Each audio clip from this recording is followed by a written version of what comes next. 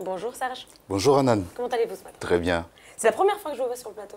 Oui. Mais bonne année déjà. Bonne année à vous aussi. Merci beaucoup. Yes, Happy New Year. Happy New Year, Jerry. I'm année, glad to Serge. see you, Serge. Me too. Moi aussi. Ravi de vous voir.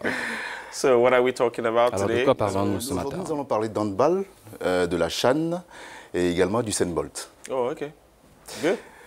Bonjour à tous et bienvenue dans la Chronique Sport. Dans moins de 24 heures va débuter au Maroc le 5e championnat d'Afrique des Nations, le CHAN 2018. 16 équipes seront en compétition pour succéder à la République démocratique du Congo, tenante du titre et grande absente de cette 5e édition. Dans le groupe A, les Lions de l'Atlas affronteront la Mauritanie, la Guinée, demi-finaliste de l'édition précédente, et le Soudan. Le groupe B sera composé de la Côte d'Ivoire, de la Zambie, de l'Ouganda, de la Namibie, dont c'est la première participation. Dans le groupe C, la Libye croisera le fer avec le Nigeria, le Rwanda et la Guinée équatoriale. Enfin, le groupe D sera composé de l'Angola, du Cameroun, du Congo et du Burkina Faso. Pour la première fois dans cette compétition continentale, l'arbitrage vidéo sera utilisé. La commission des arbitres de la CAF a donné son accord pour le recours à la vidéo à partir des quarts de finale. Les matchs se joueront dans 4 villes, Casablanca, Marrakech, Tanger et Agadir. Le match d'ouverture opposera ce samedi le Maroc, pays organisateur, à la Mauritanie. Ce sera à 19h30, temps universel. Passons à une autre compétition à présent. Le Gabon accueille à partir du 16 janvier le 23e championnat d'Afrique des Nations de handball masculin. Le flambant neuf palais des sports de Libreville est fin prêt pour accueillir les rencontres. Les équipes sont réparties en groupes de deux groupes de 5 équipes. Dans le groupe A, la Tunisie, l'Algérie, le Cameroun, le Congo-Brazzaville et le Gabon. Et puis dans le groupe B, l'Égypte, le tenant du titre, le Maroc, l'Angola, la RDC. Et puis pour rappel, la compétition est dominée par 3 nations. La Tunisie qui cumule 9 titres, l'Algérie qui l'a remporté 7 fois et l'Égypte qui a 6 titres de champion d'Afrique. Aucune autre nation n'a remporté le titre depuis 1983.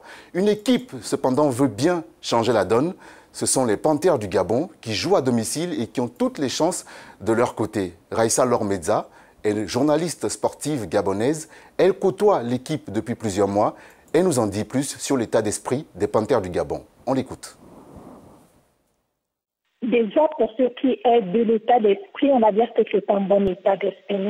Nous côtoyons les Panthères depuis plusieurs mois. Parce qu'il faut dire que c'est quand même depuis le mois de juin que les Panthères ont débuté avec les stages, etc.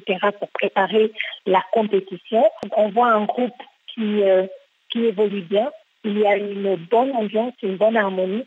Nous pensons que les joueurs et les staff mesurent la pression que ce sera de jouer au pays et c'est géré. C'est un groupe totalement serein qui ne néglige pas toute la pression qu'il y aura, qui ne néglige pas tout ce qu'il y aura, tout ce qu'il faudra donner lors des matchs qui vont se jouer au palais des sports. Et c'est un groupe où ils vont tout faire pour permettre que l'harmonie soit, que la chimie soit, parce que c'est une équipe qui seront certainement plus forts et capables de relever le défi qu'ils se sont fixés.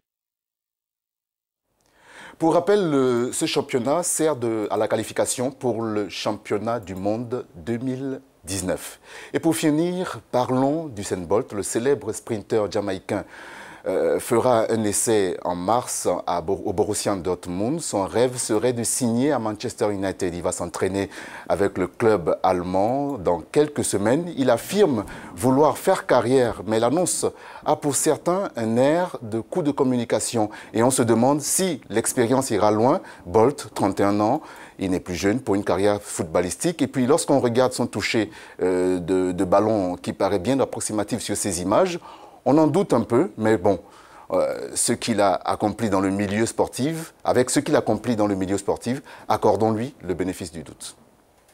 En effet, vous avez peut-être raison. Voilà, je suis Serge Kofi, c'est la fin de cette chronique que j'ai eu le plaisir de vous présenter. Rendez-vous la semaine prochaine.